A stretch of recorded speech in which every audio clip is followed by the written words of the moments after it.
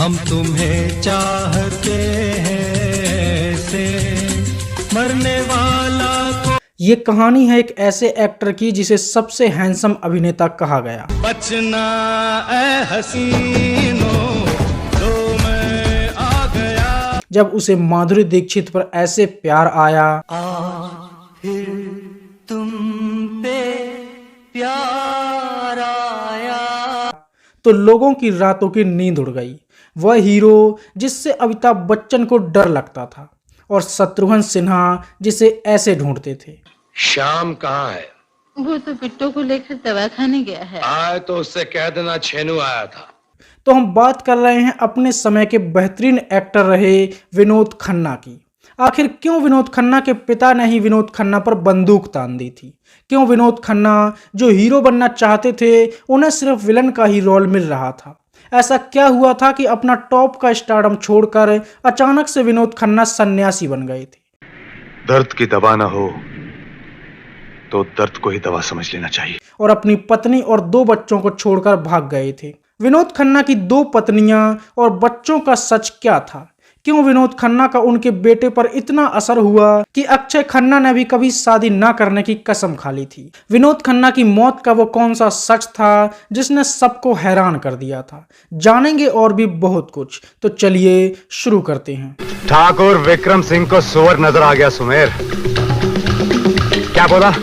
विनोद खन्ना का जन्म 6 अक्टूबर 1946 को पेशावर में हुआ था, जो अब पाकिस्तान में है। उनके पिता का नाम किशन चंद खन्ना और मां का नाम कमल खन्ना था। उनके पिता एक बड़े व्यापारी थे और उनका धंधा पानी मस्त चल रहा था। लेकिन फिर एक सुबह अचानक से उन्हें पता चला कि जिस जगह पर वो रहते हैं वह इलाका अब पाकिस्तान बन चुका है और अगर अपनी जान बचानी है तो यहाँ से भागना पड़ेगा। अरे वाह, क्या बोला?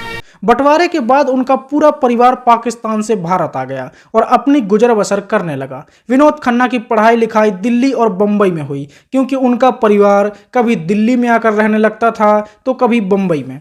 बचपन में विनोद खन्ना बहुत ही ज्यादा शर्मीले स्वभाव के थे। नहीं मतलब इतने भी नहीं थे। उनकी इस कमजोरी को दूर करने के लिए उनकी एक टीचर ने एक बार स्कूल प्रोग्राम में उनका नाम लिखवा दिया और उस प्रोग्राम में अभिनय करने के बाद विनोद खन्ना ने ऐसे शर्माना छोड़ा कि फिर लोगों को शर्म आई।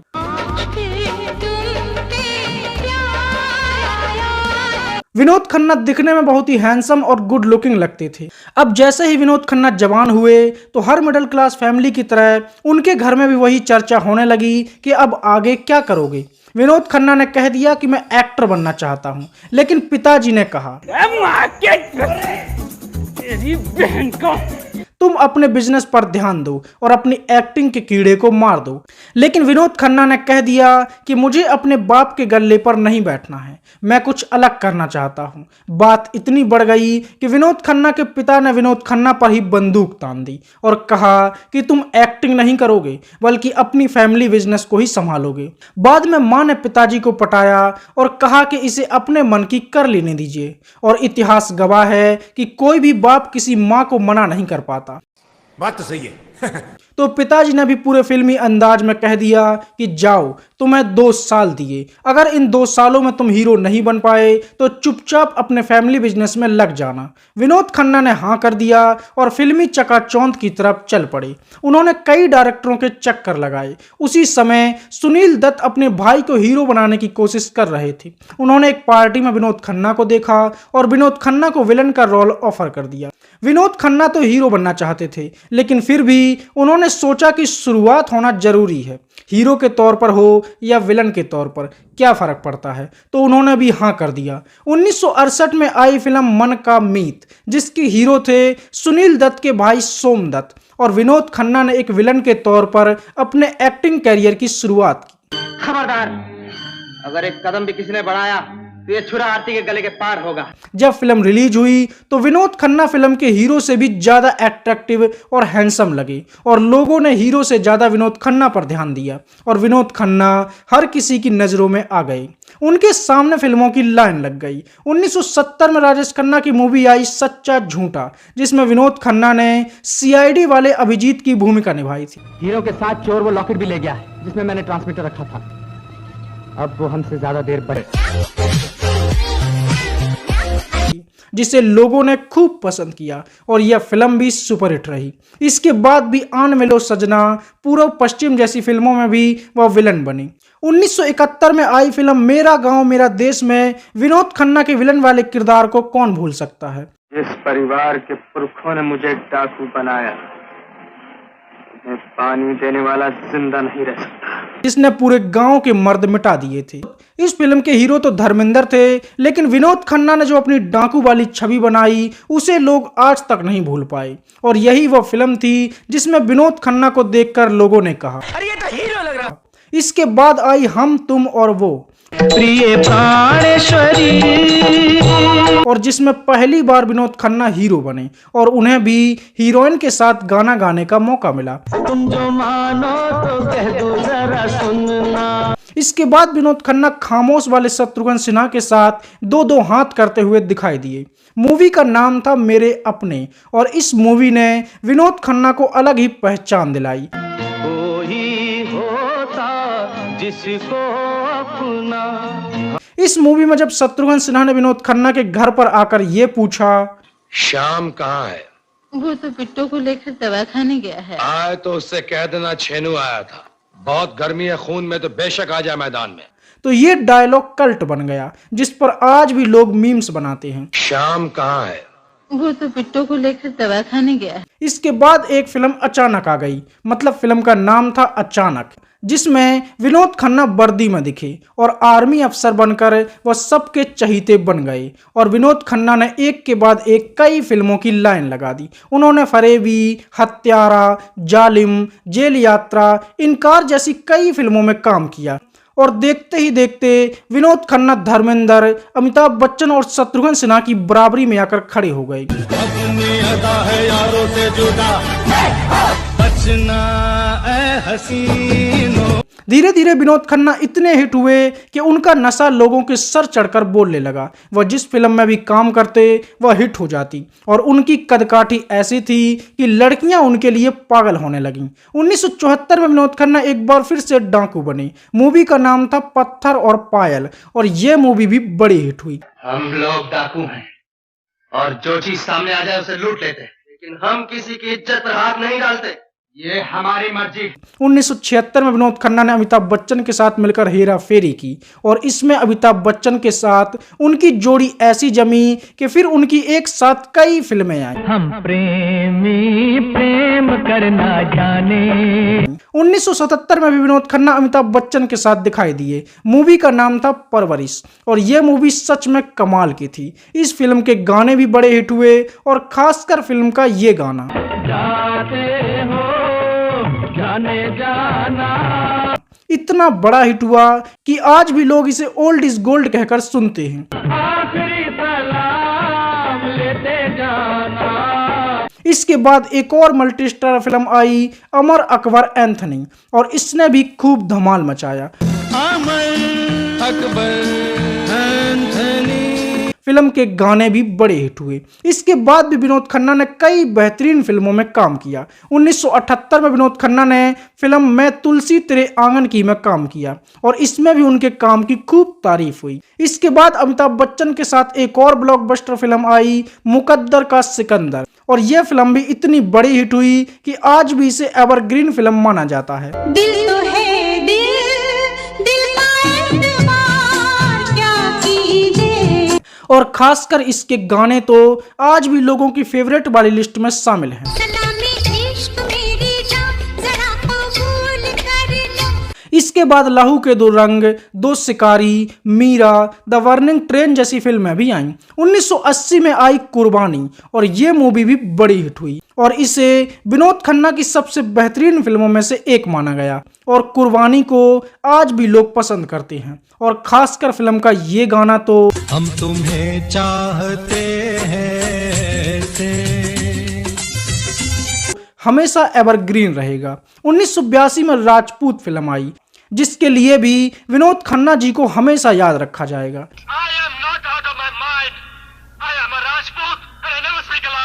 1983 में विनोद खन्ना ने दौलत के दुश्मन नाम की फिल्म में काम किया और सच में दौलत उनकी ऐसी दुश्मन बनी कि उन्हें यह दुनिया ही मोह माया लगने लगी और वो अचानक से कहीं गायब हो गए, जिसकी चर्चा हम आगे के वीडियो में करेंगे। इसके बाद लगभग 5 साल तक विनोद खन्ना कहीं गायब रहे और सीधे 1987 में फिल्म इंसाफ से उन्होंने वापसी की।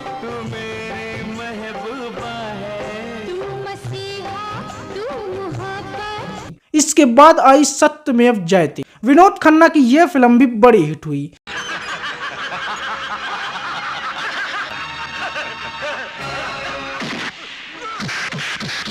इसके गाने भी लोगों ने खूब पसंद किए।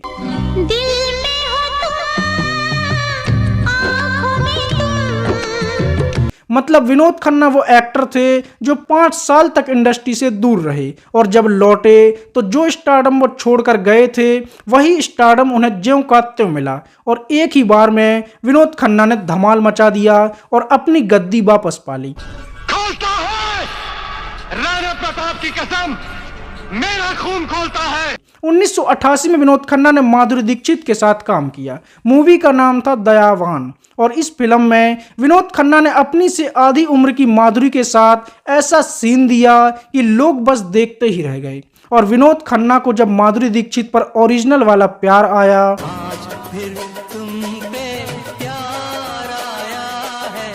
तो उसे माधुरी दीक्षित भी सहन नहीं कर पाई और इस सीन को आज भी माधुरी दीक्षित अपनी सबसे बड़ी गलती मानती हैं। यह सीन इतना बड़ा चर्चित हुआ कि इसने माधुरी और विनोद दोनों की छवि को धूमिल कर दिया। हालांकि कुछ लोगों ने इस सीन पर अपनी आंखें भी सेंकी और केवल इस एक सीन के कारण यह फिल्म भी ब्लॉकबस्टर साबित हुई। इसके बाद रिहाई फिल्म आई और यह भी एक बेहतरीन फिल्म रही। इसके बाद विनोद खन्ना डिम्पल कपाड़िया के साथ बारिश में भीगे और गजब के भीगे। फिल्म का नाम था आखिरी अदालत जो बड़ी हिट हुई। इसके बाद विनोद खन्ना ने ऋषि कपूर के साथ काम किया। तू मुझे सुना मैं तुझे सुनाऊं अपनी प्रेम कहानी। फिल्म की हीरोइन थी चांदनी मतलब श्रीदेवी और इस फिल्म की तो क्या ही तारीफ की जाए। कौन है वो कैसी है वो तेरे सपनों की रानी। इस फिल्म का हर गाना बेहतरीन था और विनोद खन्ना के उस सैड कैरेक्टर ने लोगों के दिलों पर गहरी छाप छोड़ी। दर्द की दवा ना हो तो दर्द को ही दवा समझ लेना चाहिए। और जब उन्होंने ये कहा लगी आज सावन की फिर वो झड़ी है तो प्यार में दिल टूटे आशिकों ने आंसुओं की नदियां बहा दी। 1989 में विनोद खन्ना ने धर्मेंद्र के साथ बंटवारा किया और इस फिल्म में निभाया गया ठाकुर विक्रम सिंह को कौन भूल सकता है। गुस्से का तूफान तो ठाकुर विक्रम सिंह है सुमेर। यह वह फिल्म थी जिसमें विनोद खन्ना धर्मेंद्र से भी 2 कदम आगे निकल जाते हैं। तूने ठाकुर विक्रम सिंह की दोस्ती देखी है, दुश्मनी नहीं। और आज भी लोग दबंगई के लिए विनोद खन्ना के स्टेटस लगाते हैं। स्वयं भवानी माँ भी आ जाए तो विक्रम को नहीं रोक सकती। अरे वाह, क्या बोला? इसमें विनोद खन्ना की हीरोइन थी अमृता सिंह जिसके साथ आगे चलकर विनोद खन्ना का टांका भी भिड़ गया था, जिसकी चर्चा हम आगे के वीडियो में करेंगे। इसके बाद विनोद खन्ना ने उस एक्टर के साथ काम किया जिसका एक डायलॉग ही पूरे सीन को अपना बना लेता था। तो फिर ये रहा मेरा इस्तीफा, बहुत सालों से जेब में पड़ा था। फिल्म का नाम था सूर्या और इस फिल्म में विनोद खन्ना ने गजब का काम किया। इसके बाद मुकद्दर का बादशाह आई और यह फिल्म भी ठीक ठाक रही। मुकद्दर का बादशाह, मुकद्दर का बादशाह। 1990 में विनोद खन्ना ने मीनाक्षी शेषाद्री के साथ काम किया। मूवी का नाम था जुर्म और यह मूवी भी बेहतरीन थी और इसके गाने भी बड़े हिट हुए। जब कोई बात बिगड़ जाए, जब कोई मुश्किल पड़, और खासकर फिल्म का ये गाना तुम देना साथ मेरा ओ हमनवा। इसके बाद भी लगातार फिल्मों का सिलसिला चलता रहा। 1991 में विनोद खन्ना को दूध पीने का चस्का लगा। दूध दूध दूध दूध दूध पीने का मजा ही कुछ और है, खासकर वो दूध किसी तंदुरुस्त और दुधारू गाय का हो, आप जैसी। तू समझा? मूवी आई फरिश्ते और यह फिल्म भी बेहतरीन थी। वैसे तो ये एक मल्टी स्टार फिल्म थी, लेकिन फिर भी विनोद खन्ना के काम को इस फिल्म में खूब पसंद किया गया। तेरे बिना जग लगता है सोना। 1992 में विनोद खन्ना एक बार फिर से राजकुमार के साथ आए। मूवी का नाम था पुलिस और मुजरिम। दिल घबराता है, आंख भर आती है। और उनकी हीरोइन मीनाक्षी से सादरी ही बनी। तुम दिन को दिन कह दो, तुम रात कहो दोहराएंगे। और अब धीरे धीरे विनोद खन्ना की उम्र ढलने लगी थी और अब वो मेन हीरो से हटकर एक सपोर्टिंग एक्टर बन गए थे, लेकिन उनका दबदबा कम नहीं हुआ था। क्षत्रिय, परंपरा, इंसानियत के देवता, ईना मीना डी का, इक्का राजा और रानी ऐसी फिल्में रहीं जिनमें विनोद खन्ना मेन हीरो नहीं थे, लेकिन फिर भी उनकी छाप फिल्म के मेन हीरो से भी ज्यादा पड़ती थी। तुम्हारा नाम क्या है? मैं तुम जैसों को अपना नाम नहीं बताया करता। विनोद खन्ना वो एक्टर रहे जिसने अपनी उम्र से कई साल छोटी लड़कियों के साथ भी रोमांस किया, लेकिन उनका लुक ऐसा था कि वो हमेशा डैशिंग हीरो ही लगते थे और कई बड़े एक्टर उनके सामने पानी कम लगते थे। वैसे तो इस समय तक कई नए चेहरे बॉलीवुड में आ चुके थे, लेकिन विनोद खन्ना का सपोर्टिंग किरदार भी उनको दबा देता था। 1997 में विनोद खन्ना ने अपने बेटे अक्षय खन्ना को हिमालय पुत्र बनाया और अपने बेटे को लॉन्च करके बॉलीवुड को एक बेहतरीन एक्टर दिया। अभय, मुझे मजबूर मत करो, वरना मुझे गोली चलानी पड़ सकती है। आपका मतलब है आप मुझे गोली मार देंगे? अगर जरूरत पड़ी तो। हालांकि अक्षय खन्ना कभी भी अपने पिता जैसा स्टारडम नहीं बना पाए। इसके बाद विनोद खन्ना हीरो के बाप बनने लगे और कई फिल्मों में उन्होंने साइड किरदार निभाए, जिनमें 2001 की दीवानापन, 2002 में विनोद खन्ना बॉबी देओल के पिता बने, मूवी आई क्रांति, 2005 में पहचान आई, फिर 2007 में आई गॉडफादर। इसके बाद रिस्क, हल्ला बोल और वांटेड में भी विनोद खन्ना दिखाई दिए। बोलना कौन है तेरा बेटा? राजवीर शेखावत, IPS।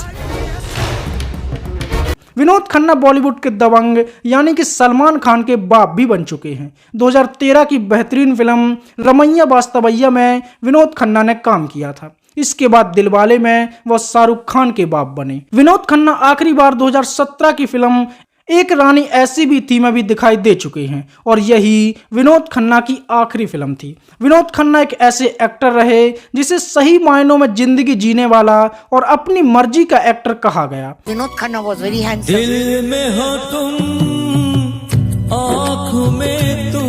तो अब हम बात करेंगे विनोद खन्ना की उस जिंदगी के बारे में जो खुद किसी फिल्मी कहानी से कम नहीं रही। विनोद खन्ना अपने कॉलेज के ही दिनों से गीतांजलि नाम की एक लड़की से प्यार करते थे और दोनों ने सालों तक प्यार की पतंग उड़ाई।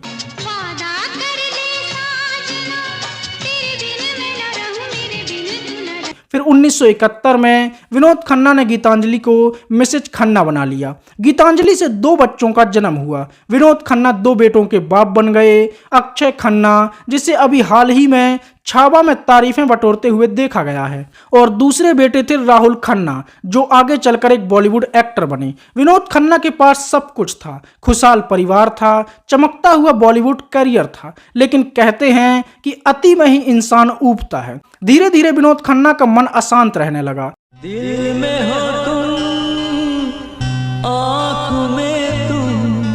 उनका मन इस सांसारिक जीवन से भरने लगा। उन्हें महसूस होने लगा कि ये स्टारडम, ये पैसा, रुतबा और ये घर परिवार सब सांसारिक मोह माया है। विनोद खन्ना के मन में इस तरह के विचार करने वाले गुरु थे ओशो। ये वो समय था जब ओशो अपनी ओस से पूरी दुनिया की आंखों पर बंधी पट्टी को हटा रहे थे और हर कोई उन्हें आध्यात्मिक गुरु मान चुका था। एक दिन फिल्म की शूटिंग पर महेश भट्ट ओशो की एक ऑडियो कैसेट सुन रहे थे। विनोद खन्ना ने जब महेश भट्ट से इसके बारे में पूछा तो महेश भट्ट ने विनोद खन्ना को ओशो के बारे में बताया और ओशो की कैसेट विनोद खन्ना को दे दी। विनोद खन्ना पर ओशो की बातों का इतना असर हुआ कि वो अपनी पूरी जिंदगी को खोखला मानने लगे और धीरे धीरे वो ओशो से ऐसे जुड़े कि अपना सबसे ज्यादा समय वो ओशो के आश्रम में बिताने लगे। दरबार में ऊपर वाले के दरबार में। विनोद खन्ना ओशो के इतने दीवाने हो चुके थे कि जब ओशो ने अमेरिका को अपना ठिकाना बनाया तो 1983 में विनोद खन्ना ने अचानक से प्रेस कॉन्फ्रेंस बुलाई और अपने संन्यास की घोषणा कर दी। उन्होंने कह दिया कि आज से वो इस सांसारिक बंधनों को तोड़कर हमेशा के लिए सन्यासी बन रहे हैं। अब उनका कोई भी नहीं है, ना बीवी, ना बच्चे और ना ही अब वो कोई हीरो हैं। कौन बेटा? किसका बेटा? आप मेरी मां नहीं है। इसके बाद विनोद खन्ना अमेरिका चले गए और ओशो के आश्रम में एक माली का काम करने लगे और एक झटके में बॉलीवुड का सुपरस्टार एक माली बन गया। हालांकि शुरुआत में उनकी पत्नी और दोनों बच्चे भी विनोद खन्ना के साथ अमेरिका में रहे, लेकिन जैसे जैसे गीतांजलि को यह एहसास होने लगा कि विनोद खन्ना की अब अपने परिवार को लेकर कोई भी जिम्मेदारी नहीं रही है, वह सिर्फ एक सन्यासी हैं, तो उनकी पत्नी भी ज्यादा समय तक विनोद खन्ना का साथ नहीं दे पाई और अपने बच्चों को लेकर वापस भारत आ गई। संचित पुण्यों की आशा।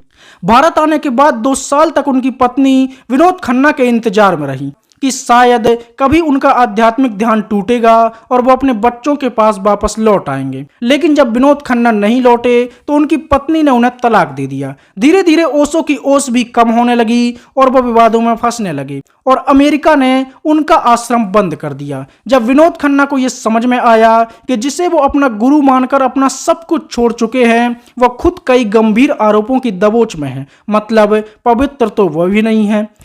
अगर आज हम तुम्हारी बातों में शर्मिंदा हैं तो सिर्फ इसलिए क्योंकि हम समझ गए हैं कि दौलत इतनी दौलतमंद नहीं जो सच्चा प्यार खरीद सके। और फिर अचानक से विनोद खन्ना का आध्यात्मिक भ्रम टूट गया और उन्हें अपना परिवार याद आने लगा, तो वो सब कुछ छोड़कर 1987 में फिर से भारत लौट आए।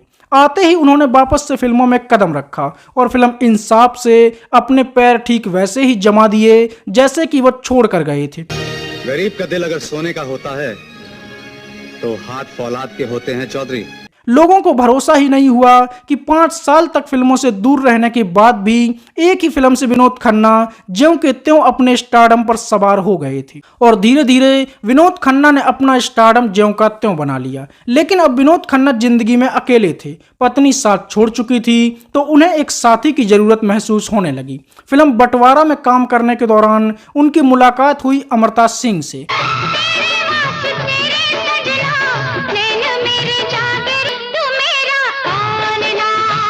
अमृता सिंह विनोद खन्ना की पर्सनैलिटी पर मर मिटी और उनके प्यार में पड़ गईं।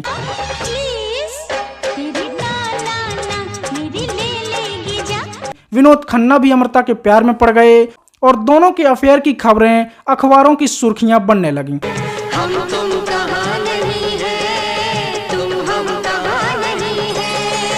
हालांकि विनोद खन्ना अमृता सिंह से 12 साल बड़े थे, तो अमृता सिंह की मां को यह रिश्ता गवारा नहीं था। उसने साफ मना कर दिया और विनोद खन्ना और अमृता सिंह की प्रेम कहानी की नाव को डुबो दिया।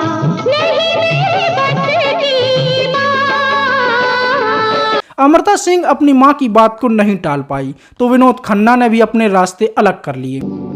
ऐसे राही को भूल जाना ही अच्छा है।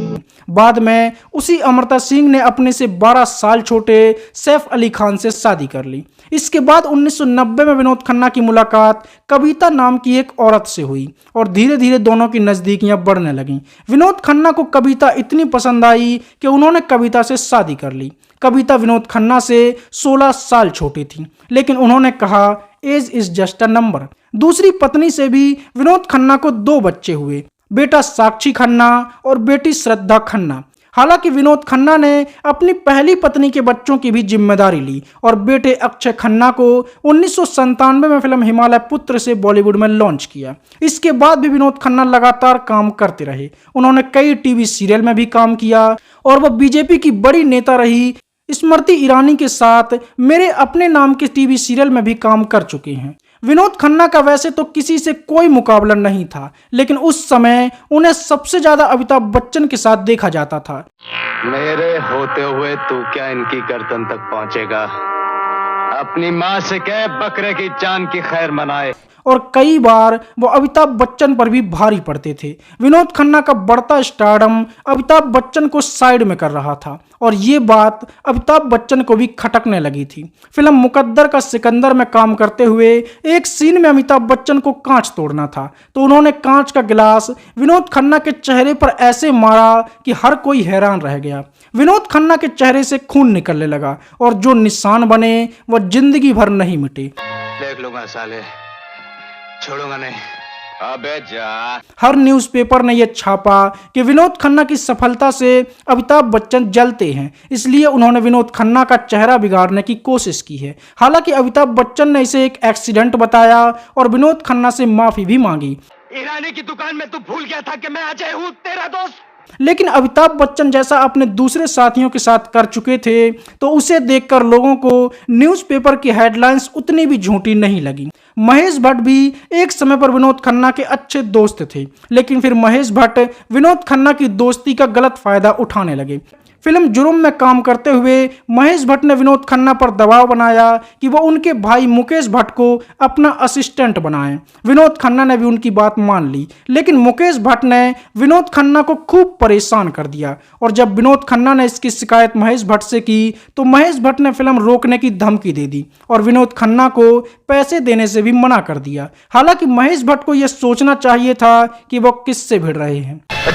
जान दे यार। ठाकुर विक्रम सिंह को सुअर नजर आ गया। सुमेर क्या बोला? एक दिन विनोद खन्ना महेश भट्ट पर इतना भड़क गए कि उन्होंने गुस्से में महेश भट्ट को सबके सामने लतिया दिया और महेश भट्ट की पिटाई कर दी और फिर दोनों में हमेशा के लिए दुश्मनी हो गई और फिर विनोद खन्ना को ही यह फिल्म अपने पैसों से पूरी करनी पड़ी। विनोद खन्ना को कई अवार्ड मिले, उन्हें दादा साहब फाल्के अवार्ड से भी सम्मानित किया गया था। 1997 में ही विनोद खन्ना के अंदर नेता बनने के कीड़े ने भी जन्म ले लिया था और उन्होंने कमल खिलाते हुए बीजेपी का दामन थाम लिया। पंजाब के गुरदासपुर से कमल खिलाकर वह बीजेपी के लोकप्रिय नेता बन गए और हेमा मालिनी को बीजेपी में लाने वाले विनोद खन्ना ही थे। विनोद खन्ना बीजेपी में बड़े नेता बनकर उभरे। 2009 में वह चुनाव हार गए, लेकिन फिर 2014 में दुगनी रफ्तार से जीतकर वह बीजेपी का परचम लहराते हुए नजर आए। सब कुछ अच्छा चल रहा था। फिर अचानक से लोगों को पता चला कि विनोद खन्ना को कैंसर हो गया है और जब उनकी एक तस्वीर लोगों के सामने आई तो जैसे लोगों को अपनी आंखों पर भरोसा ही नहीं हुआ। बहुत मुश्किल है दर्द का सफर तय करना। 6 फीट लंबा चौड़ा भारी भरकम शरीर वाला आदमी पूरी तरह से सूख चुका था। उनकी हड्डियां दिखने लगी थीं और उनमें खड़े होने तक की ताकत नहीं बची थी और एक बार जो उन्होंने बिस्तर पकड़ा तो फिर वो उस बिस्तर से उठ ही नहीं पाए और 27 अप्रैल 2017 को विनोद खन्ना जी के प्राण पखेरु उड़ गई। विनोद खन्ना जी ने लगभग 140 फिल्मों में काम किया है और वह एक सफल सुपरस्टार बने, तो वहीं राजनीति में भी 2 बार चुनाव जीतते हुए लगभग 20 साल तक उनका राजनीतिक कैरियर चला और वह एक सफल नेता रहे। और बहुत कम लोग ये जानते होंगे कि विनोद खन्ना कभी क्रिकेट भी खेला करते थे। विनोद खन्ना वह शख्सियत थे जिन्होंने सही मायनों में अपनी जिंदगी को जिया और लगभग सब कुछ हासिल किया। सांसारिक भोग विलास से लेकर आध्यात्मिक ज्ञान तक सब कुछ उनके पास था। 2017 में ये नेता अभिनेता इस दुनिया को छोड़कर चला गया, लेकिन वो अपने पीछे छोड़ गए कभी न भूल पाने वाली कुछ यादें, किस्से और बहुत कुछ। बचना ऐ हसीनों तो मैं आ गया। तो यह थी विनोद खन्ना जी की कहानी और जिस किसी ने भी अभी तक हमारे चैनल को सब्सक्राइब नहीं किया है तो अभी कर लीजिए, क्योंकि हम भी सब्सक्राइबर वैसे ही चाहते हैं जैसे मरने वाला कोई जिंदगी चाहता हो। जय